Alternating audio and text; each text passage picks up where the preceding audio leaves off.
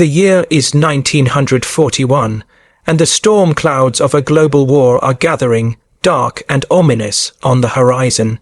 America watches with a mixture of apprehension and a stubborn, lingering isolationism, but the tide of history is turning, and the nation is about to be swept into the most devastating conflict humanity has ever known. It will require the total mobilization of every resource, every ounce of courage, and every capable citizen. Yet, as the nation prepares, a significant portion of its population is systematically told they are not good enough, not brave enough, not intelligent enough to contribute in its most elite and technologically advanced arena. For over 2 decades, the United States Army Air Corps has clung to a deeply entrenched belief, one codified in a notorious 1925 War Department study, that African Americans lack the intelligence, coordination, courage, and reflexes required for aerial combat. They are deemed fit for service only as cooks, laborers, and porters, support roles that reinforce a rigid racial hierarchy, but one of the most influential women in the world is not buying it. Eleanor Roosevelt, the First Lady, is a force of nature driven by a profound sense of justice and a fierce determination to challenge the status quo. In March of 1941, she visits the Tuskegee Institute in Alabama, a renowned black college that has started a civilian pilot training program. There, she meets Charles Chief Anderson, a pioneering African-American aviator who is the chief flight instructor. Defying Secret Service concerns and societal expectations, she insists on going for a flight. Anderson, with a calm professionalism that belies the immense pressure of the moment, pilots the small plane with the First Lady as his sole passenger. After an hour in the air, they land safely. As she steps from the aircraft, her face is set with resolve. She turns to the gathered press and declares, "Well, you can fly all right." That flight becomes a powerful symbol, and Eleanor Roosevelt uses her considerable influence to apply relentless pressure on her husband's administration. The result is Public Law 18, passed by Congress, which, among other provisions, forces the War Department to create an all-black fighter squadron within the Army Air Corps. It is a legislative mandate, a bone thrown to civil rights advocates and a pragmatic First Lady, but the military establishment accepts it with profound reluctance. They will comply with the letter of the law, but they are determined to control the experiment, to ensure it confirms their long-held biases. The Army Air Corps deliberately selects Tuskegee, Alabama, the heart of the Jim Crow South, as the site for this new venture. The location is not chosen for its facilities or its strategic advantages, but for its isolation. It is rural, remote, and far from the prying eyes of a sympathetic northern press. If these men are going to fail, and the army brass fully expects them to fail, it will happen quietly, away from public scrutiny, and the question of black combat pilots can be buried for good. Thus, the Tuskegee Army Airfield is born in the summer of 1941. It is a place of stark contrasts. The promise of flight is tarnished by the reality of second-class status. The equipment is cast off, the machinery other bases have rejected. The runways are shorter than standard. The aircraft are older now PT-13s and PT-17 Stearmans, planes that have already lived hard lives training white cadets. The maintenance hangars are makeshift, often little more than repurposed barns with dirt floors. Everything about the setup whispers of sabotage, carefully disguised as compliance. The message is clear from the ground up. You are not worthy of our best, and we do not expect you to succeed. The first class of 13 aviation cadets arrives, greeted by a cadre of white instructors who have been explicitly told that these students will wash out at triple the rate of white cadets. The atmosphere is thick with suspicion and low expectations. Leading this charge of pioneers is Captain Benjamin O. Davis Jr., a man whose entire life has been a preparation for this moment. A recent graduate of the United States Military Academy at West Point, he is the son of the Army's first black general, Benjamin O. Davis S.R. His 4 years at West Point were an exercise in solitary confinement within a crowd. Not a single white cadet spoke to him outside of official duties. a silent treatment designed to break his spirit. It did not. Now he faces an even more hostile test, proving that black men can master the most technologically demanding and romanticized form of combat in existence. The training is deliberately, systematically brutal. The standards are not just high, they are impossibly, unforgivingly rigid. White cadets at other bases are often given multiple chances to pass their check rides. Tuskegee cadets get one. A single mistake, a moment of hesitation, and they are gone. White cadets who struggle with navigation or gunnery receive remedial instruction. Tuskegee cadets who show the slightest weakness are immediately eliminated. The failure rate is engineered to be catastrophic, a weeding out process designed to prove a preordained conclusion. But something extraordinary, something wholly unexpected by their superiors, begins to happen. These men, drawn from all corners of the country, college students, teachers, lawyers, laborers, refuse to break. They study longer, fly with more precision, and support one another with a ferocity born of shared struggle. They know they are carrying the hopes of 13 million black Americans on their wings. Against all odds, on a bright March day in 1942, 5 of the original 13 cadets earned their silver wings. Captain Benjamin O. Davis Jr., along with George S. Roberts, Charles DeBow, Mac Ross, and Lemuel R. Custis, become the first African-American military pilots in United States history. The impossible has happened. The Army Air Corps, its own system of excessive weeding having produced a small but elite group of graduates, has no choice but to continue the program. The experiment, against its will, is showing signs of life. By mid-1943, enough pilots have graduated to form the 332nd Fighter Group, consisting of 4 squadrons, the 99th, 100th, 301st, and 302nd. Each squadron follows the standard Army Air Force structure: 16 aircraft, 25 pilots, and 200 ground crewmen. But nothing else about these units is standard. In a military that is strictly segregated, the 332nd is a wholly self-contained black universe. Every single person, from the lowliest mechanic to the intelligence officers, from the crew chiefs to the supply clerks, is African American. The Army has created a completely segregated combat group, still betting that it will collapse under its own weight once real combat begins. The equipment they are issued tells you everything you need to know about the Army's expectations. While white fighter groups in Europe are beginning to receive the powerful new P-47 Thunderbolts and the twin-boomed P-38 Lightnings, the 332nd is equipped with hand-me-down P-40 Warhawks. These are the same aircraft that were being phased out of frontline service, planes that were already considered obsolete. The P-40 is slower, less maneuverable, and mechanically tired. A vintage 1941 technology being sent to face the Luftwaffe's latest and deadliest fighters in 1943. The message is as clear as the Alabama sky: perform your token missions, prove the critics right, and fade quietly into history as a failed and forgotten experiment. Colonel Benjamin O. Davis Jr., now promoted and in command of the group, understands the stakes with chilling clarity. He knows that every mission his men fly will be scrutinized under a microscope of prejudice. When white pilots lose a bomber they are escorting, it is written off as the inevitable fog of war. When his men lose a bomber, it will be seized upon as definitive proof that the entire race is unfit for combat. The pressure is suffocating. These are not just fighter pilots. They are carrying the aspirations of an entire people who have been told they are inherently inferior. Every takeoff is a political statement. Every landing is a refutation of scientific racism. And the stakes are about to get infinitely higher because in the early summer of 1943, the 332nd Fighter Group is shipping out to North Africa.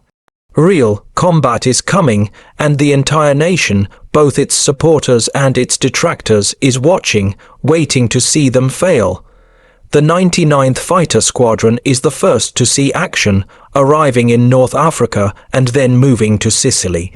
Their baptism by fire comes on June 2, 1943.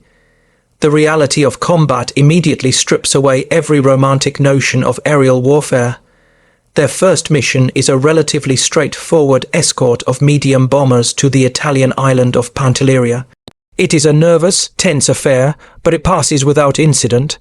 No enemy contact, no losses, just why.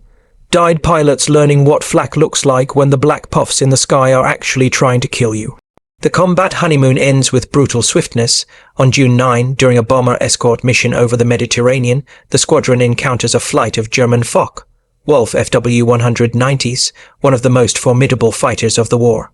In the ensuing dogfight, Lieutenant Charles B. Hall, a quiet young man from Indiana, manages to get a FW-190 in his sights. He presses the trigger, his P-40 shuddering as its 50 caliber machine guns roar. Tracers stitch a line across the German fighter's wing, and it spirals downward, trailing smoke and flame. Hall has just scored the UN its first aerial victory. It is a moment of immense pride, a validation of their training and their courage. But back at headquarters, the white commanders of the 12th Air Force watch with clipboards and deep-seated skepticism. A single kill does not prove a UN its worth. The P-40 Warhawk is indeed proving to be a death sentence in the European skies. The aircraft, which was barely competitive in 1941, is utterly outclassed by 1943. The FW-190 can outclimb it by 500 feet per minute. The Messerschmitt Bf-109G outturns it at high altitude. The P-40's top speed of 360 miles per hour is easily beaten by Luftwaffe fighters capable of 390. In the unforgiving calculus of aerial combat, you cannot chase what you cannot catch, and you cannot escape what is faster than you. The Tuskegee Airmen are flying antiques into a modern war, and the consequences are soon to be tragically evident. July 2, 1943, is the day the experiment nearly ends. During a strafing mission over the Casalluccio airfield in Sicily, the 99th is jumped by a dozen Bf-109s diving out of the sun in a perfect ambush. The fight is a chaotic, desperate melee. 2 P-40s are blown from the sky in flames. Lieutenant Sherman H. White Jr. is killed. Lieutenant James T.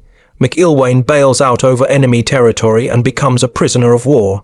The remaining pilots scatter, fighting for their individual survival. The mission, intended as a show of force, devolves into a bloody shambles. When the surviving pilots limp back to their base, the recriminations begin before the engines have even cooled. Colonel William Momia, commander of the 33rd Fighter Group to which the 99th is attached, files a devastating report. It reads not like an after-action review, but like a prosecutor's brief. He claims the 99th lacks aggressive spirit, shows poor formation discipline, and demonstrates inferior combat effectiveness compared to white squadrons. The report lands on the desk of General Henry Happ. Arnold, Chief of the Army Air Forces, with a stark recommendation: pull the 99th from combat operations and relegate them to coastal patrol, military busywork, far from the real fighting. The influential *Time* magazine runs a story openly questioning whether the Negro has the right temperament for aerial combat.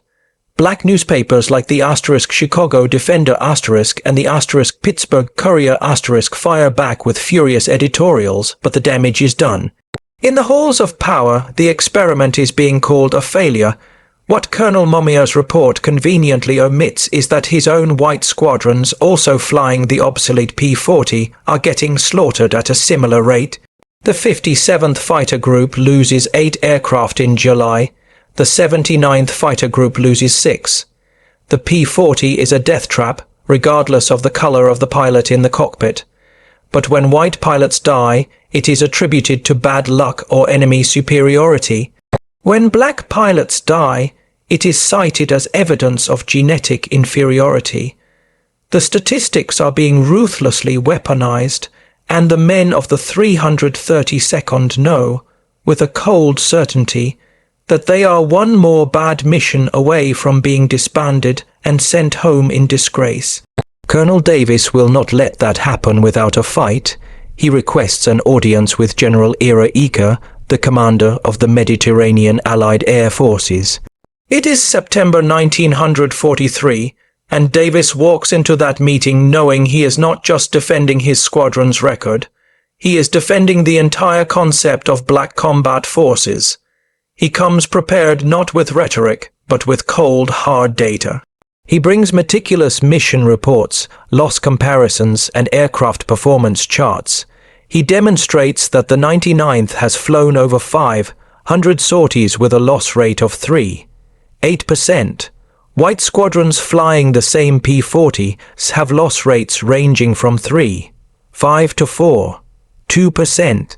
Statistically, his men are performing identically to everyone else cursed with the same outdated equipment. He argues that the problem is not the pilots, but the plane and the prejudiced perceptions. General Eaker, a pragmatic and respected commander, listens intently. He does not promote Davis on the spot, nor does he offer any effusive praise, but he does not ground the 99th. Instead, he does something unexpected and decisive. He starts the paperwork to bring the entire 332nd Fighter Group to the Italian front, and crucially, to equip them with modern aircraft. It is not an act of charity. By late 1943, the Allied strategic bombing campaign against Germany is hemorrhaging crews at an unsustainable rate. B-17 Flying Fortresses and B-24 Liberators are being shredded by German fighters over targets like Ploietti and Regensburg. The Army Air Forces are desperate for every competent fighter group they can get. The Tuskegee Airmen have, at the very least, proven they can survive in a hostile environment.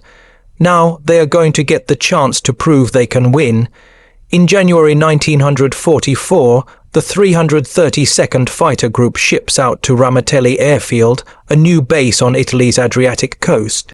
It is a bleak, muddy expanse of pierced steel planking and canvas tents, but it is theirs. And waiting for them on the flight line are rows of brand new, powerful P-47 Thunderbolts.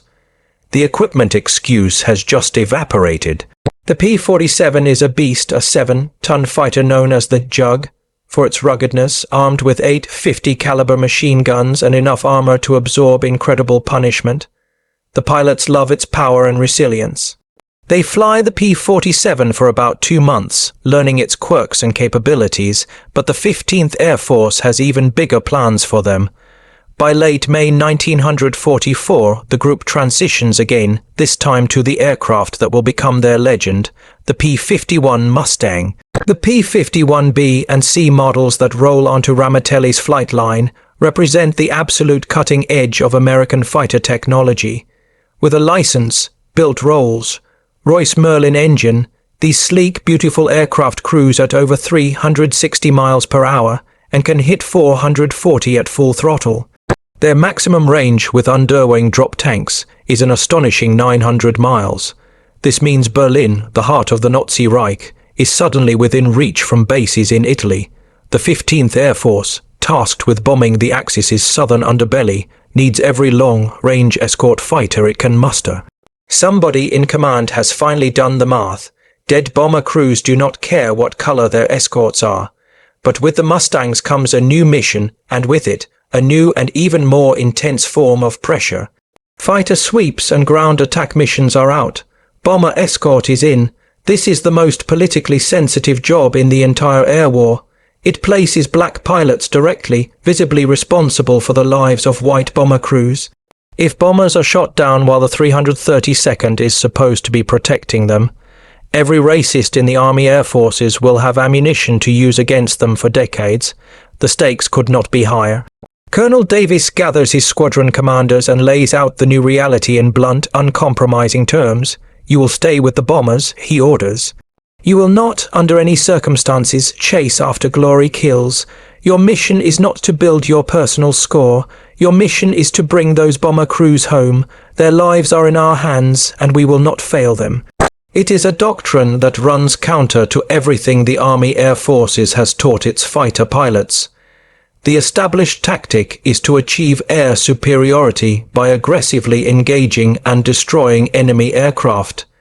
even if it means temporarily leaving the bomber formation. This aggressive pursuit of kills is how aces are made and careers are advanced.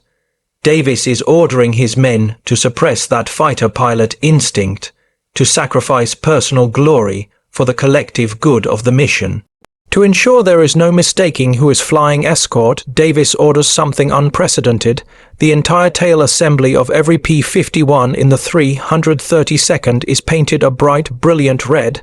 The 99th Squadron had used red trim on their P-40s in North Africa, but this is different. These tails are fire engine red, visible from miles away, impossible to mistake for any other group. The official reason is identification. Friendly bombers need to know their escorts at a glance. The unstated reason is branding. If the 332nd is going to succeed or fail, everyone in the European theatre is going to know exactly who was flying Escort that day. They are no longer just the 332nd, they are becoming the Red Tails. Those red-tailed Mustangs become operational on June 7, 1944, the day after D-Day, during a mission to Munich. 68 P-51s from the 332nd join a vast formation of B-17s from the 5th Bombardment Wing. For the first time, the white bomber crews get a good, long look at their new escorts. The reactions are a mixture of professional acceptance, quiet skepticism, and open disbelief. Some pilots are veterans who only care about the skills of the fighters on their wing. Others are from the Deep South, men who have never taken orders from a black man and certainly never imagined their lives would be entrusted to black pilots. The 332nd flies a tight, disciplined formation around the bombers, closer than the P-47 groups typically fly. The mission proceeds without incident. No enemy fighters, no bombers lost. It is a milk run that proves nothing except that the Red Tails can handle the basic mechanics of escort duty. But within the bomber crews, a rumor begins to circulate, a scuttle, but that takes on a life of its own. The word spreads that the 332nd has never lost a bomber to enemy fighters. It is not true yet. They have simply not been in the escort role long enough for it to be tested, but the reputation is already beginning to form. Part of this is timing. By the summer of 1944, the Luftwaffe is a shadow of its former self, bled white over the skies of Germany. Crippling fuel shortages, staggering pilot losses, and the dispersal of manufacturing mean the Germans can no longer put up the 300 fighter swarms they fielded in 1943. The Red Tails are entering the escort duty during a period when interception rates are dropping across the board. But the skeptics in command are still watching, waiting for them to crack. They are meticulously examining loss reports, counting bombers, and expecting the statistical anomaly to correct itself. The standard doctrine that is getting American bomber crews killed in 1944 is a product of fighter pilot culture and ego. The Army Air Forces teaches that the primary mission of fighters is air superiority, shooting down enemy aircraft to establish control of the skies. Bomber escort is often treated as a secondary duty and afterthought. The training manuals explicitly encourage fighters to break formation and pursue enemy aircraft when opportunities arise. Kills equal promotions, medals, and front page headlines in asterisk stars and stripes asterisk. Staying with the bombers is seen as boring patrol duty that nobody writes home about. By March 1944, the brutal math is undeniable. 8th Air Force bombers flying from England lose an average of 46 heavy bombers per 1,000 sorties, a 4.6% loss rate. This sounds manageable until you realize a crew had to fly 25 missions to complete a tour. Statistically, the odds of surviving a full tour were roughly 1 in 3. The 15th Air Force in Italy isn't much better, with loss rates hovering between 3, 8 and 4.8%. Entire squadrons are being wiped out and replaced every few months. The Luftwaffe has brilliantly identified the weakness in these American tactics. German fighter commanders know the American P-47s and P-51s will take the bait if they present tempting targets.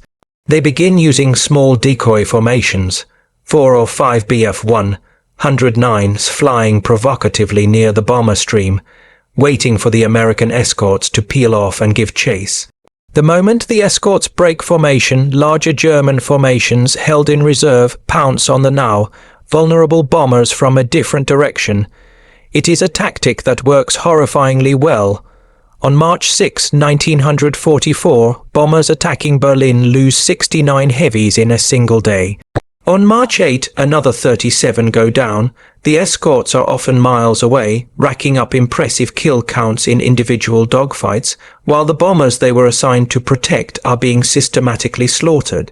The dirty secret nobody wants to admit is that the incentive structure is completely backwards. Individual fighter pilots benefit from the current system even as it fails strategically. Captain Don Gentile of the 4th Fighter Group becomes a national hero, his picture on the cover of *Life* magazine for his 83 confirmed kills, many of which were scored while chasing German fighters far from his assigned bomber formation. He is celebrated while the bomber crews he left unprotected are in German POW camps or dead. Pilots who rigidly stick with the bombers get no recognition, while pilots who chase kills become celebrities regardless of how many bombers die on their watch. Colonel Davis, reading the after-action reports from these disastrous missions, recognizes a profound opportunity. His group is already under a microscope. Every move is scrutinized, every mistake magnified. But that intense oversight means he cannot hide behind the standard excuses that white fighter groups use when bombers get shot down. If the 332nd loses bombers while chasing glory kills, the entire experiment is over. But if his pilots can protect bombers better than the white groups by simply doing what they were originally ordered to do, stay with the bombers, that would become undeniable statistical proof of their competence. The very pressure meant to break them becomes the leverage they need to prove everyone wrong. In late March 1944, Davis calls a meeting of his squadron commanders and issues orders that violate everything the Army Air Forces teaches about fighter combat. Stay with the bombers, he commands, no exceptions. No matter how tempting the target, no matter what passes in front of your guns, you stay with the bombers. For highly trained, aggressive fighter pilots, this is like asking a racehorse to pull a plow. It requires them to suppress their most basic instincts. The mission is not to add to your personal score. The mission is to bring every heavy bomber back alive.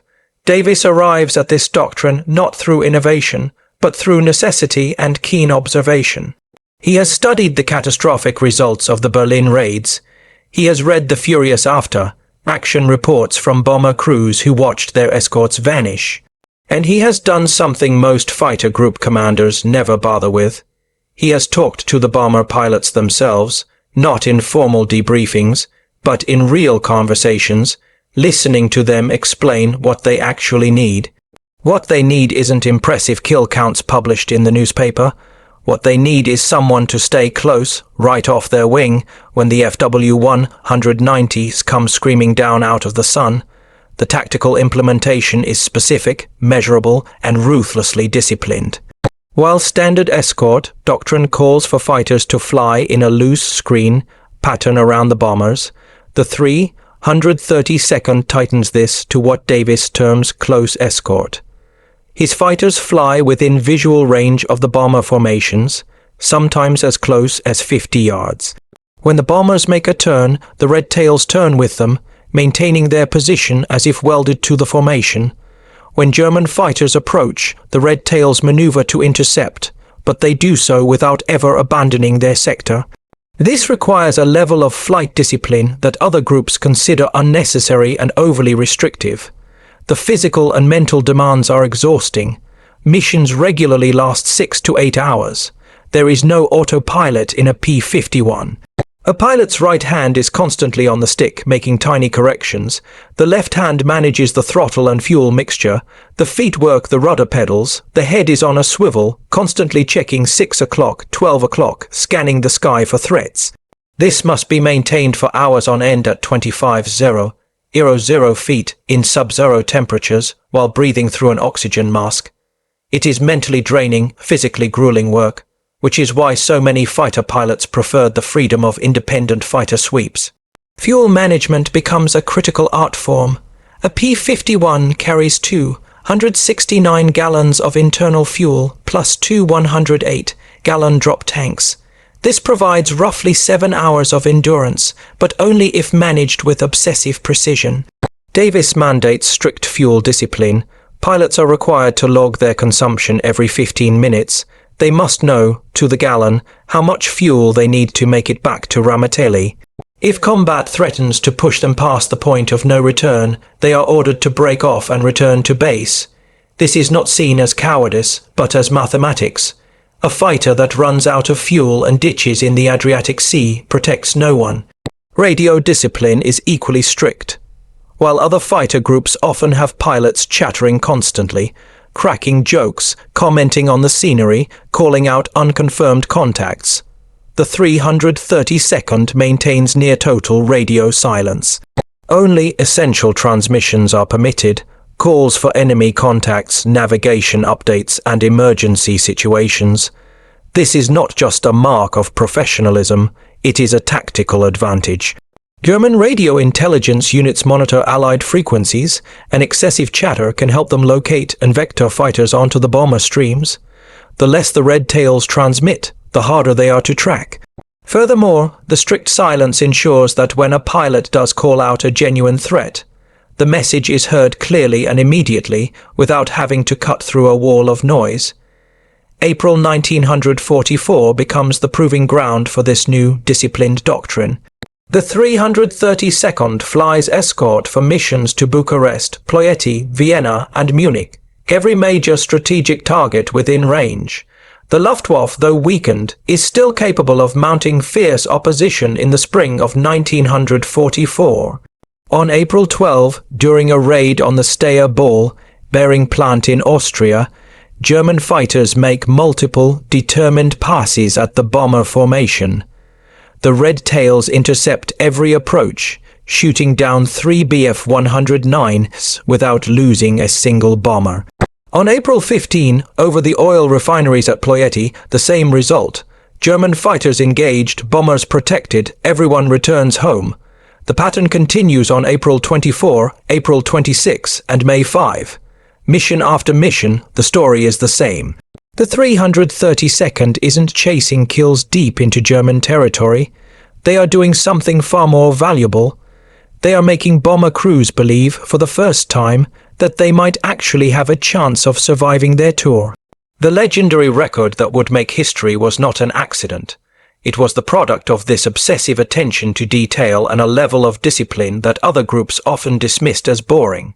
Between June 1944 and April 1945, the 332nd Fighter Group would fly approximately 200 bomber escort missions, totaling an incredible 153 individual sorties.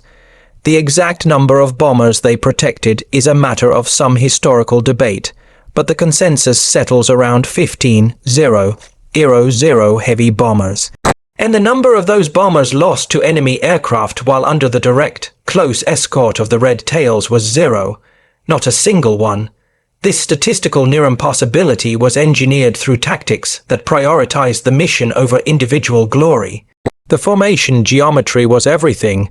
While other groups flew loose, flexible formations, the 332nd employed a moving, rotating perimeter defense.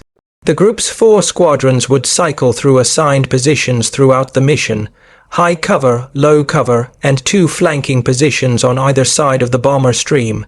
The high cover squadron flew 0 feet above the bombers, watching for diving attacks.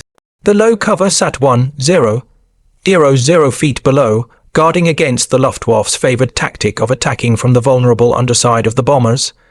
The flanking squadrons flew close enough to the bomber stream to immediately intercept any fighter trying to make a beam attack. Every 15 minutes, the squadrons would systematically rotate positions. High cover would drop down to become low cover would move to the right flank would shift to the left, and the left flank would climb to become the new high cover. This rotation served 2 vital purposes. It prevented pilot fatigue from setting in by constantly changing their vantage point and responsibilities, and it made the defensive screen unpredictable. German fighter controllers, tracking the formations and looking for a weak spot to exploit, found that the Red Tail's defense had no sustained weakness. It was an exhausting, complex ballet to execute, requiring precise timing and unspoken communication, but it worked with devastating effectiveness. The most dangerous part of any mission was the target area itself. During the bomb run, the lead bomber had to fly straight and level for 30 to 60 seconds to allow the northern bomb sight to calculate the release point. The entire formation followed, a massive, unmaneuvering target. German fighters knew this and timed their attacks for this precise window of vulnerability. The Red Tails developed a specific counter. They would position 8 fighters directly alongside the lead bomber during the bomb run, 4 on each wing, flying so close that they physically blocked any German fighter trying to line up a shot.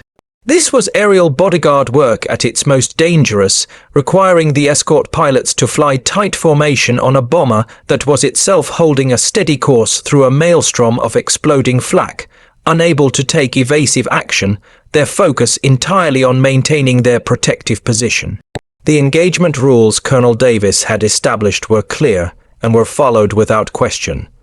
A pilot could only pursue an enemy aircraft if he could do so without losing visual contact with the bomber stream. German pilots, accustomed to American fighters breaking formation to chase them, quickly learned that the Red Tails would not take the bait. They tried feints, diving attacks from high altitude, and even rocket attacks from outside machine gun range from twin engine Me-410. Nothing worked. The Red Tails held their positions, their disciplined fire and unwavering presence making successful attacks on the bombers nearly impossible. Meanwhile, the ground crews at Ramitelli, the unsung heroes of the Red Tail legend, were performing their own daily miracles. These were black mechanics, crew chiefs, and armorers who had been told their entire lives they were not intelligent enough for technical work. Yet they were maintaining the incredibly complex P-51 Mustang, a machine with tolerances measured in thousandths of an inch. Every aircraft received a thorough inspection after every mission. Engine compression was checked, control surfaces were rigged, guns were bore-sighted, and oxygen systems were pressure tested. Problems were not deferred, they were fixed immediately, often through the night, to ensure that every plane was mechanically perfect for the next day's mission. There was no room for excuses. A mechanical failure over Germany meant a dead pilot, a lost aircraft, and potentially unprotected bombers. The math behind the zero loss record is staggering to contemplate. 200 missions with an average of 70, 8 sorties per mission, equals 15,600 individual flights. Each one represented an opportunity for something to go wrong. Mechanical failure, pilot error, a lucky shot from a German fighter, a flak burst, or bad weather. The fact that not a single bomber was lost under their direct escort during this entire period is not a fluke or a product of diminished enemy activity. It is the direct result of a doctrine that prioritized the mission above all else and the iron discipline of pilots who executed that doctrine flawlessly, day after day, for nearly a year. The bomber crews were the first to notice the difference. A B-17 pilot on his 15th mission, sweating through his flight suit as the flak bursts grew closer over Vienna, would look out his cockpit window and see a red-tailed Mustang flying 60 feet off his wingtip. That pilot wasn't scanning the horizon for a target to add to his score. He was watching the bomber, matching its every move, a visible guardian who would not abandon his post. After landing, the bomber crew would mention those red tails in their debriefings. The word began to spread, first through the 5th Bombardment Wing, then through the entire 15th Air Force. It was a grassroots mythology, born in the officers' clubs and mess halls where bomber crews shared their stories. They gave the 332nd a name, the Red Tail Angels. This reputation for unwavering reliability became a powerful asset. By the fall of 1944, something unprecedented began to happen. Bomber crews started requesting the 332nd by name. Mission planners for heavy bombardment groups would specifically ask if the Red Tails were available for escort on the most dangerous deep penetration missions. This obvious preference infuriated some white fighter group commanders.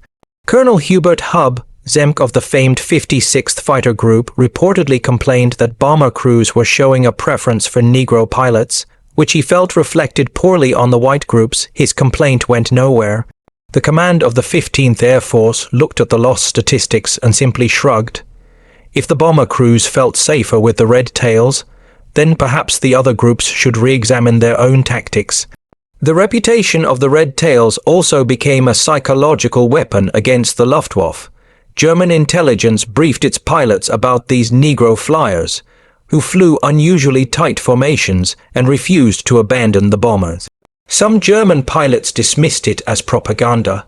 Others learned the hard way during failed attack runs that were instantly met by a wall of red-tailed Mustangs. The sight of those bright red tails became a tactical marker for the German pilots. If the red tails were there, the bombers would be protected, and the cost of an attack would be high. By early 1945, the numbers were impossible to ignore or dismiss. The 332nd had flown 179 bomber escort missions without losing a single bomber to enemy aircraft. When compared to other fighter groups in the 15th Air Force, the difference was stark. The 31st Fighter Group averaged losing 3 bombers per 100 escort missions. The 52nd Fighter Group averaged 1. The 325th Fighter Group, the Checkertails, averaged 9. These were not incompetent units. They were skilled, battle-hardened groups flying the same P-51 Mustangs. The difference was doctrine. The Red Tails' unwavering commitment to close escort was saving bomber crews' lives in statistically significant numbers. The mission that truly cemented the legend occurred on March 24, 1945. The target was the Daimler-Benz tank assembly plant in Berlin.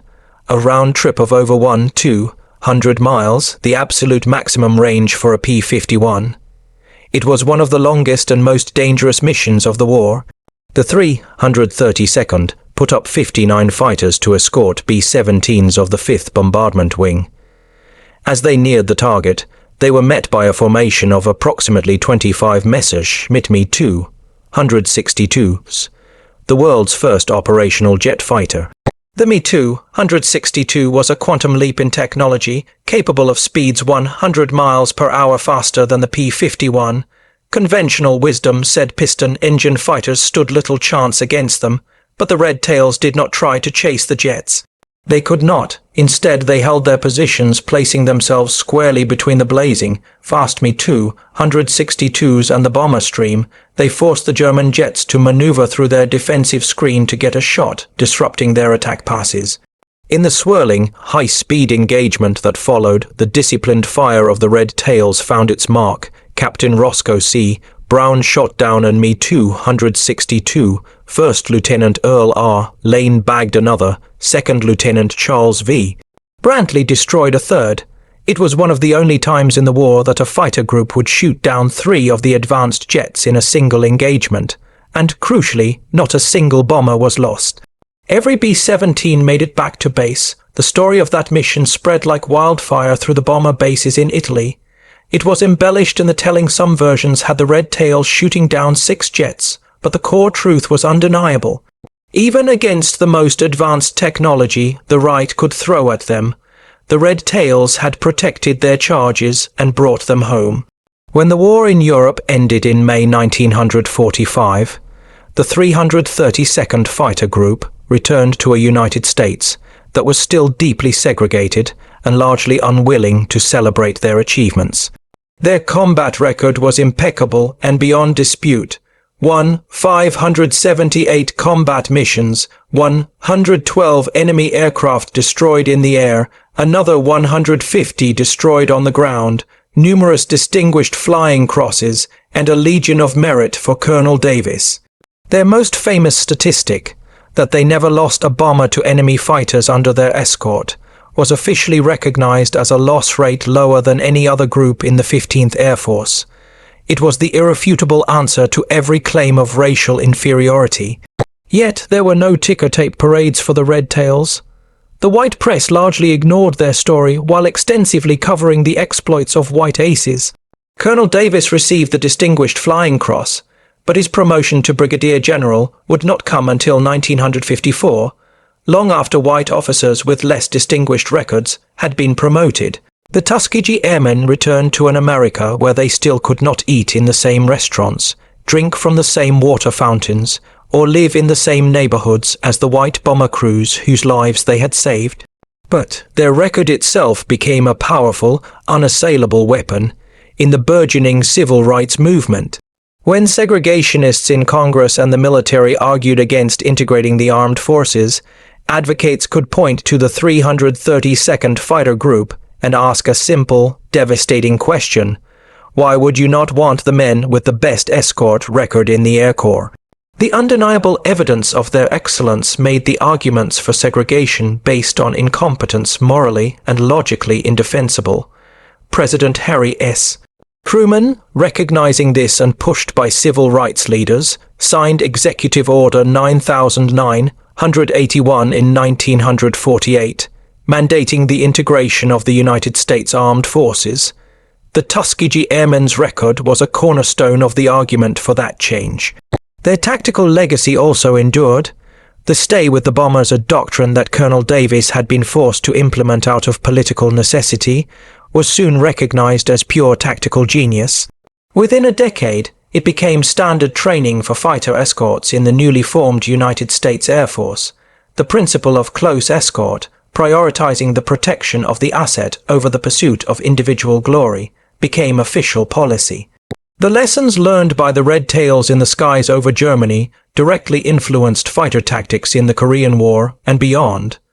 The development of modern fighter aircraft, with their long range and sophisticated weaponry, still carries the echo of the escort mission the Tuskegee Airmen perfected. The broader American public would take decades to learn their full story. The 1995 HBO movie *The Tuskegee Airmen* and the 2012 film *Red Tails* brought their saga to millions, albeit with Hollywood dramatization.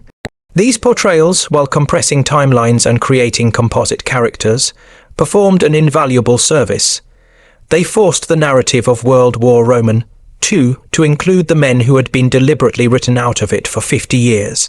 Surviving Tuskegee Airmen, like Lieutenant Colonel George Hardy, who flew 21 combat missions and went on to serve in Korea and Vietnam, and Brigadier General Charles McGee, who flew a staggering 409 combat missions across 3 wars, became living legends, tirelessly sharing their story of discipline overcoming prejudice. The final, formal vindication came in 2007 when President George W.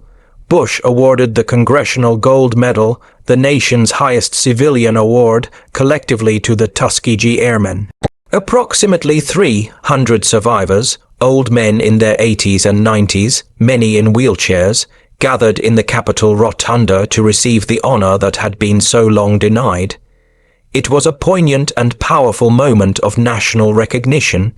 The medal could not erase the discrimination they had faced, nor could it give back the decades of lost recognition. But it was an official, unequivocal acknowledgement that their service had not only mattered, but had fundamentally changed the country for the better.